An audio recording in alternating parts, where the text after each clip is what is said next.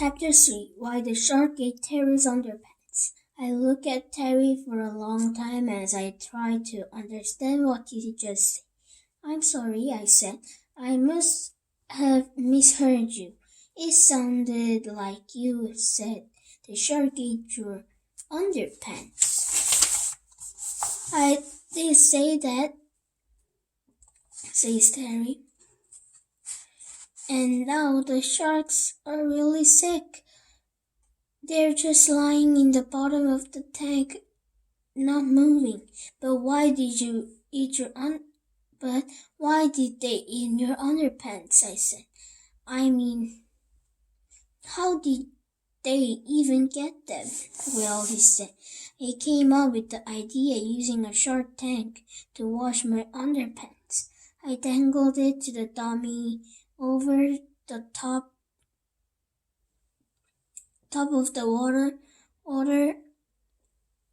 and the sharks thought it was a real person, and were jumping all around trying to bite it, and that turned off the water, like a washing machine.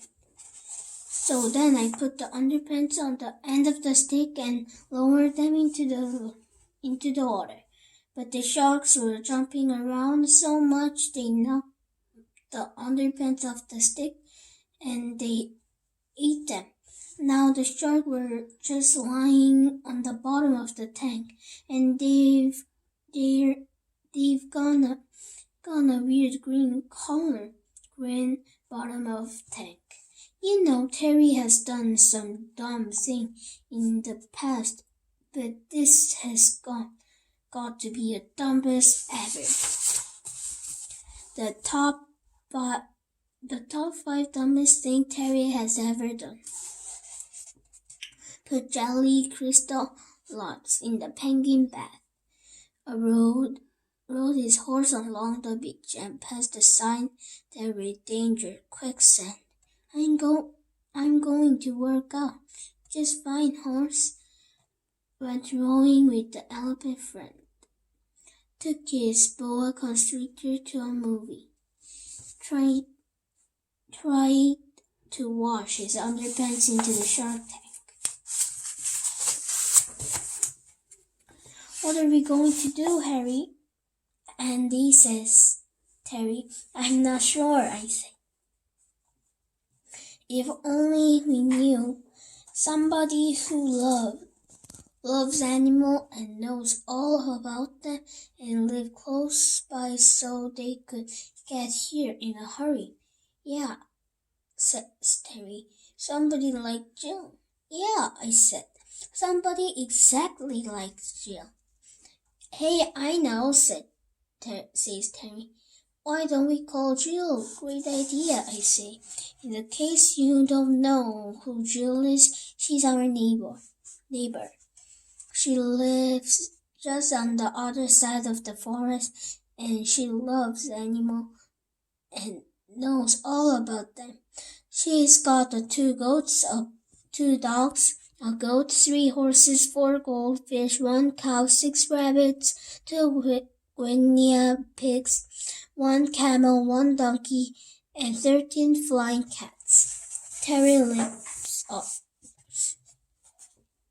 I'll call her on a video phone right now. But Jill doesn't have video phone, I said. No problem, said Terry.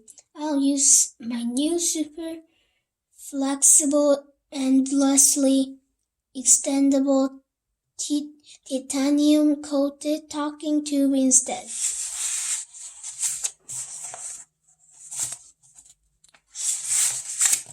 Stupid Toby thing. Snake Toby thing.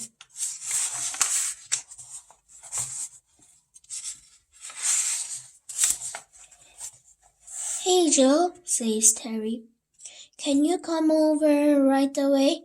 I'm kind of busy right now, says Jill. I'm having a tea party with my canaries. But it's urgent, says Terry. The sharks are sick. What's wrong with them? Says Jill. They ate my Underpants, says Terry. Your underpants? Says Jill. Oh no, how many pairs? 3, says Terry. I hope they were clean, says Jill. Well, no, says Terry. That's the thing. You see, I was trying to wash them. Oh no, says Jill. I'm on my way. Meet you at the shark tank to the treehouse fast.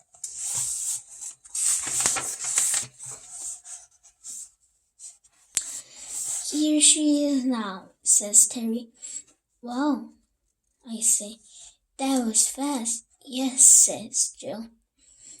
These flying cats are great. Turning Silk into the canary was the best thing you ever did, Terry. Unlike feeding your underpants to the sharks, which has got to be a pretty much the worst. Jill peered into the tank. The poor thing, she says. I better get him and take a closer look. We watched Jill and her cats dive into the tank and set to work. She tried to aquapuncture, a dozer fin manage, a guided meditation. You are in a cold deep ocean. You see a body thrashing helplessly. A shark drop aerobics.